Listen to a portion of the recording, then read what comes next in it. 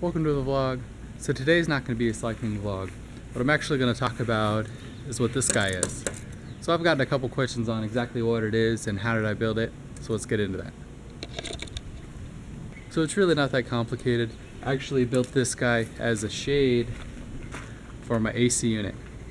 So here in Arizona, AC is a must. And for me, the sun comes down right over that house. So during the hottest part of the day, it really heats up my AC unit. So my AC unit is trying to get rid of heat from inside the house, but I'm burning it up out here. So I decided to make this little cover. And what it is I built a frame out of 2x4s. So that's these little gray pieces here. They're 2x4s. And then I had a ton of spare pallets. I probably went through 10 pallets to get the wood for both sides.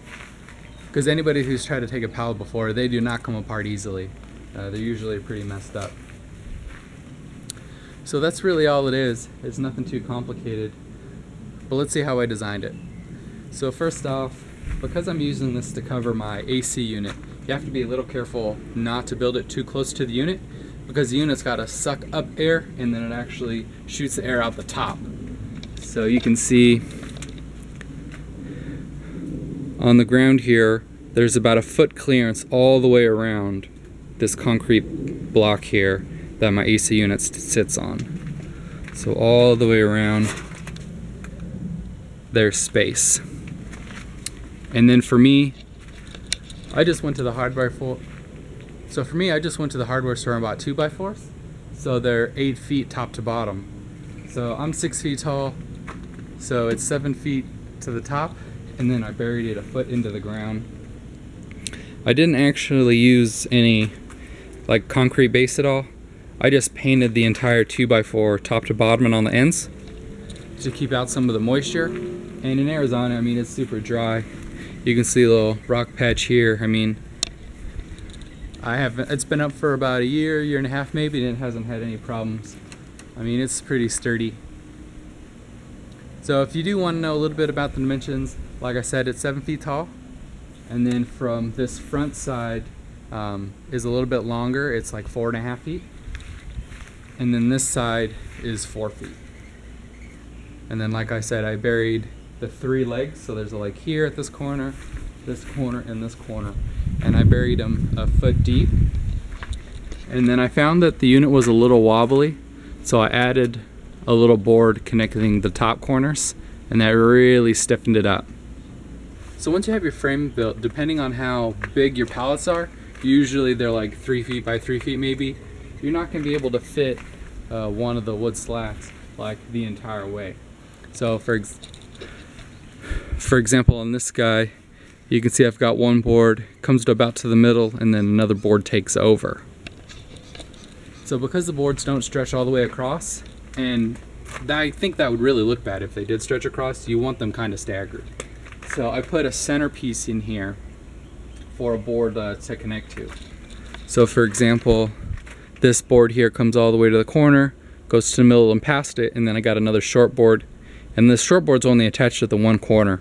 It's not attached to anything over here, and I think that looks fine.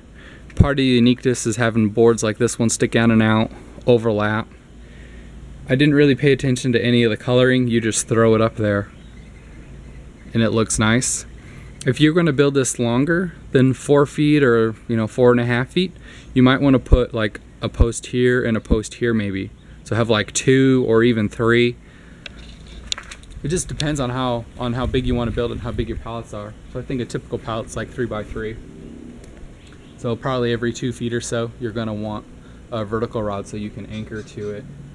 Otherwise, you'll only have the corners, and then if your boards are too short, you won't have anything in the middle to connect to. And I would say having that centerpiece adds a lot of strength to it too, because you don't want your boards just kind of like this board. It's a pretty weak board. It's short, so I don't really care, but you don't want all your boards like this. It'll just make your whole structure a little bit wobbly. And then as far as nails, like just use whatever you have. Like if there's like a ton of rusty nails or whatever, or buy the cheapest ones from Home Depot. These are just ones that I collected over the years, and now they're all rusted, and I think they add a little bit to it. And then because finding pallets can be kind of difficult, I think a cool little tip was these ones are actually little colored pieces, and they were also spare pieces of wood that I had used around some trim around the house, and I think they added a little bit of color to it. So if you want to match this covering to your house per se to kind of blend the two in a little bit better, these are like 1x2s or whatever, and I think they're 6 to 8 feet long. And then I just used them to close in all the gaps that I couldn't fill because I was running out of pallets.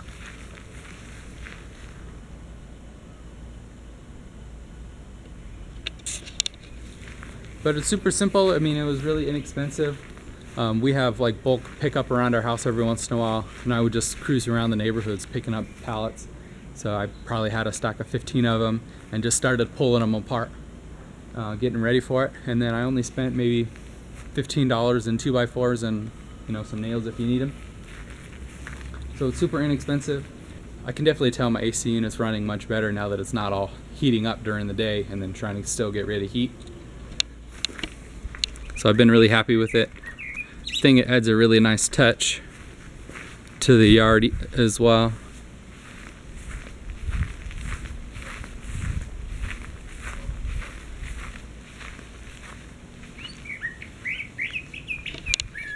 And then I've also played around with the idea of putting some plants up here. So my wife likes the little air plants or whatever. If you hang some pots or, maybe you've got a vine right here that you want to put, I think that would look really nice too. If you're looking to dress it up a little bit. It looks a little simple to me here. I threw a really old school hole right there. I think it looks kind of cool, but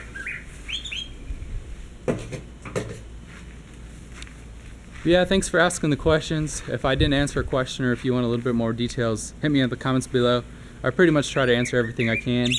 So this video is a little bit change of pace from my usual cycling vlogs. If you're into cycling, check out my other videos. If not, get out and build.